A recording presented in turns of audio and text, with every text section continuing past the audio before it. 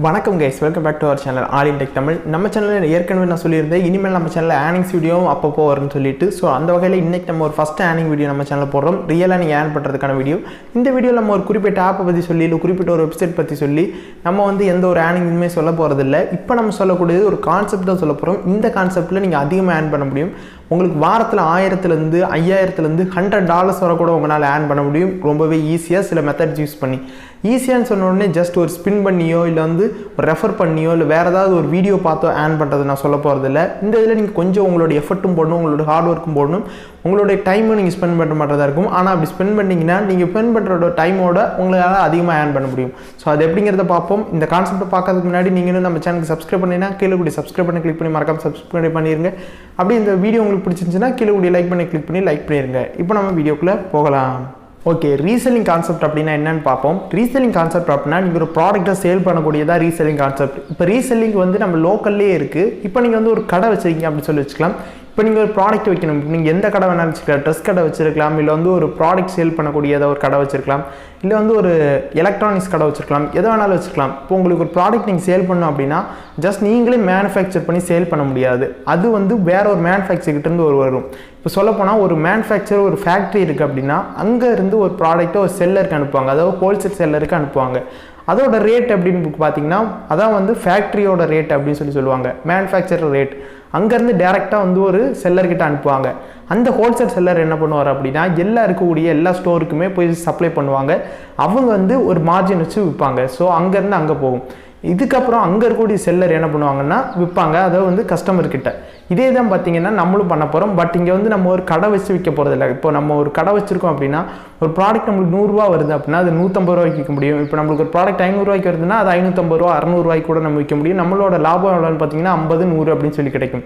இதே தான் நம்ம ஆன்லைனில் பண்ண போகிறோம். ஆனால் இதுக்கு வந்து நீங்கள் ஒரு ப்ராடக்ட்டை கையில் வாங்கி இன்னொருத்தருக்கு சேல் பண்ண போகிறதில்ல, டேரெக்டாக ஆன்லைன் மூலயமாவே சேல் பண்ண போகிறீங்க. இப்போ நீங்கள் அமேசான் ஃப்ளிப்கார்ட் மாதிரி இ-காமர்ஸ் வெப்சைட் எடுத்துக்கிட்டீங்க அப்படின்னா ஜஸ்ட் உள்ளே போவீங்க. உங்களுக்கு பிடிச்ச ஏதாவது ஒரு ப்ராடக்ட் இருந்துச்சு அப்படின்னா ஜஸ்ட் கீழே உடைய பை நவ் பட்டன் கொடுத்து ஈஸியாக வாங்கிக்க முடியும். ஆனால் அங்கே வந்து உங்களுக்கு நிச்சயமாக கலெக்ஷன் ரொம்பவே கம்மியாக தான் இருக்கும். அதே மாதிரி ரேட்டும் பார்த்தீங்க அப்படின்னா நம்ம ஆஃப்லைனில் பார்க்கறதோட நிச்சயமாக கொஞ்சம் அதிகமாக தான் இருக்கும்.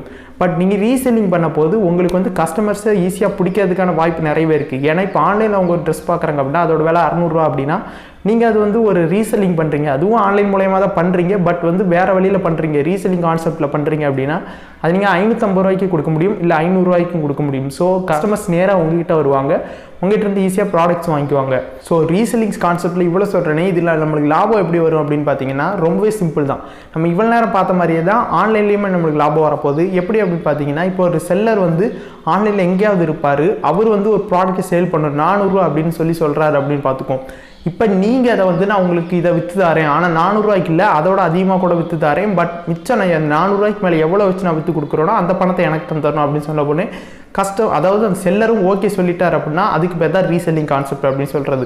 இப்போ நீங்கள் பண்ண வேண்டியதாக பார்த்தீங்கன்னா ஜஸ்ட் கஸ்டமர் பிடிக்கிறது. கஸ்டமர் நீங்கள் ஆன்லைனில் எப்படி வேணாலும் பிடிக்கலாம். உங்கள் ஃப்ரெண்டாக இருக்கலாம், உங்கள் ஃபேமிலியில் யாராவது இருக்கலாம், இல்லை உங்களை ஃபாலோ பண்ணக்கூடிய அதாவது இன்ஸ்டாகிராம் ஆகட்டும், ஃபேஸ்புக் ஆகட்டும், வேறு சோஷியல் மீடியாவாகட்டும், அங்கே உங்களை ஃபாலோ பண்ண வர நீங்கள் வந்து ஒரு ஆளை பிடிச்சி கொடுது, அதாவது ஒரு ப்ராடக்ட் விற்று கொடுத்தீங்க அப்படின்னா எவ்வளோ உங்களுக்கு பணம் வருது, அதாவது மிச்சம். இப்போ நீங்கள் 400 ரூபா ப்ராடக்ட்டை நான் 500 ரூபாய்க்கு விற்று கொடுத்துட்டேன்னா மிச்சம் இருக்கக்கூடிய 100 ரூபாய் பார்த்தீங்கன்னா உங்களுக்கு செல்லர் டேரெக்டாக கொடுத்துருவாரு. இதான் வந்து ரீசெல்லிங் கான்செப்ட். இதுக்கு வந்து நீங்கள் டேரெக்டாக போய் செல்லர் தான் கான்டாக்ட் பண்ணணும் அப்படின்னு இல்லை, இதுக்காகவே நிறைய ஆப்ஸ் இருக்குது.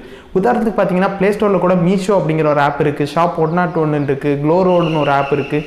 இந்த மாதிரி நிறைய ஆப்ஸ் இருக்குது. இதுக்கு வெப்சைட்ஸும் கூட இருக்குது, நிறைய வெப்சைட்ஸ் இருக்குது. இதுலலாம் நீங்கள் போனீங்க அப்படின்னா எக்கச்சக்க கலெக்ஷன்ஸ் உங்களுக்கு இருக்கும். இதெல்லாம் பார்த்தீங்க அப்படின்னா நீங்கள் வேற ஒரு இ-காமர்ஸ் வெப்சைட்டில் பார்க்கறதோட நிச்சயமாக கம்மியாக தான் இருக்கும்.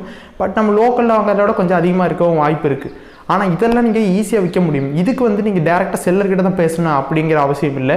செல்லரே பார்த்தீங்கன்னா ஒரு ரேட் நீங்கள் ஃபிக்ஸ் பண்ணி கொடுத்துருவாரு. நீங்கள் அதுக்கு மேலே எவ்வளோ வச்சு விற்கிறீங்களோ அது ஈஸியாக உங்களால் எடுத்துக்க முடியும். அது நீங்கள் செல்லர்கிட்ட இருந்து ப்ராடக்ட் டேரெக்டாக நீங்கள் வாங்கி அதை கஸ்டமருக்கு தான் அனுப்பணும் அப்படிங்கிற அவசியம் இல்லை. ஜஸ்ட் கஸ்டமர்கிட்ட இருந்து அட்ரஸை வாங்கி நீங்கள் செல்லருக்கு அனுப்பினாலே போதும். செல்லர் டேரெக்டாக கஸ்டமருக்கு வந்து அந்த பேக்கேஜை அனுப்பிடுவாங்க. உங்களுக்கான அமௌண்ட் தானாக உங்களோட பேங்க் அக்கௌண்ட்டுக்கு வந்துடும். இது ரீசெல்லிங் கான்செப்ட்டில் ரொம்பவே யூஸ்ஃபுல்லான விஷயம். இப்போ நீங்கள் அஃபிலியேட் மார்க்கெட்டிங் பற்றி யோசிக்கலாம். இதுக்கு நான் அஃபிலியேட் மார்க்கெட்டிங் பண்ணுவேன், இந்த அளவு எனக்கு கஷ்டம் இல்லையே, ஜஸ்ட் நான் வந்து லிங்க்ஸை மட்டும் ஷேர் பண்ணி அதில் ஏர்ன் பண்ண முடியுமேன்னு. ஜஸ்ட் நீங்கள் ஏர்ன் பண்ண முடியும். ரீசெல்லிங் கான்செப்ட்டோட அதிகமாக ஏர்ன் பண்ண முடியும் அஃபிலியேட் மார்க்கெட்டிங்கில். பட் அதுக்கு நீங்கள் ஒரு வெப்சைட் வச்சு ரன் பண்ணணும். வெப்சைட் வச்சோ இல்லை வந்து பெரிய ஒரு கம்பெனி மாதிரி யூடியூப் சேனல் மாதிரி இல்லை வேறு ஏதாவது ஒரு பெரிய நெட்வொர்க் வச்சுருந்தீங்க அப்படின்னா அஃபிலியேட் மார்க்கெட்டிங் உங்களை அதிகமாக சம்பாதிக்க முடியும். இதே நீங்கள் சிங்கிள் பர்சனாக இருக்கீங்க, அந்த அளவுக்கு என்ன வெப்சைட் இல்லை அந்த மாதிரிலாம் நினச்சிங்க அப்படின்னா உங்களுக்கு ரீசெல்லிங் கான்செப்ட் ரொம்ப யூஸ்ஃபுல்லானது. அது மட்டும் இல்லாமல் இன்னொரு அட்வான்டேஜ் என்ன அப்படின்னு பார்த்தீங்கன்னா, அஃபிலியேட் மார்க்கெட்டிங்கில் நீங்கள் ஒரு எத்தனை ப்ராடக்ட் விற்றாலும் சரி அதுக்கான அமௌண்ட் உங்கள் பேங்க்குக்கு ட்ரான்ஸ்ஃபர் ஆக மினிமம் 2 monthsலேருந்து 3 months கூட ஆகிறதுக்கான வாய்ப்பு இருக்குது. ஆனால் இங்கே அப்படி இல்லை. இங்கே ரீசெல்லிங் கான்செப்ட்டில் பார்த்தீங்கன்னா வித்தின் 1 week ஆர் 2 week இல்லை அட்லீஸ்ட் 3 weeksக்குள்ளே உங்களுக்கு பணத்தை அனுப்பிடுவாங்க உங்களுடைய பேங்க் அக்கௌண்ட்டுக்கே. ஸோ இந்த மாதிரி ரொம்பவே சிம்பிளான மெத்தட்லாம் இருக்குது.